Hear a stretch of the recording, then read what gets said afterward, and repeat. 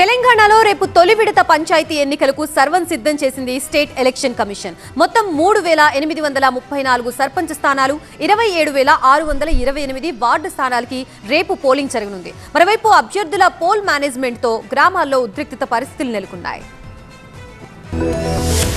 తెలంగాణలో మరికొన్ని గంటల్లో తొలి విడత పంచాయతీ ఎన్నికల పోలింగ్ జరగనుంది. ఉదయం 7 గంటల నుంచి మధ్యాహ్నం 1 గంట వరకు పోలింగ్ కొనసాగనుంది. మధ్యాహ్నం 2 గంటల తర్వాత కౌంటింగ్ ప్రక్రియ ప్రారంభమవుతోంది. సాయంత్రం ఫలితాలు వెల్లడవుతాయి. ప్రతి పోలింగ్ స్టేషన్ నుంచి వెబ్ కాస్టింగ్ నిర్వహిస్తోంది రాష్ట్ర ఎన్నికల కమిషన్. ఉదయం 7 గంటల నుండి మధ్యాహ్నం 1 గంట వరకు ఈ పోలింగ్ జరుగుతుంది. 2 గంటల నుండి కౌంటింగ్ కూడా రేపే మొదలవుతుంది. వీలైతే ఇండైరెక్ట్ ఎలక్షన్ ఆఫ్ ఉప సర్పంచ్ కూడా రేపే కంప్లీట్ అయిపోతుంది. మోస్ట్లీ అలాగే ఉంటుంది.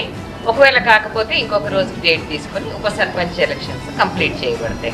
తొలి విడతలో 189 మండలాల్లోని 3834 గ్రామ పంచాయతీలకు 27628 వార్డులకు పోలింగ్ జరగనుంది.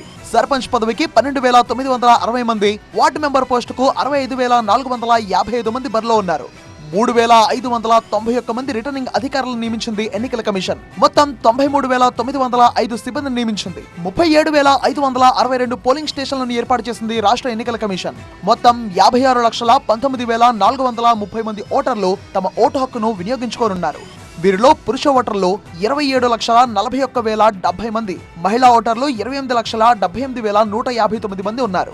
రాష్ట్ర వ్యాప్తంగా మొత్తం 200 సమస్యాత్మక ప్రాంతాలను గుర్తించారు అధికారులు.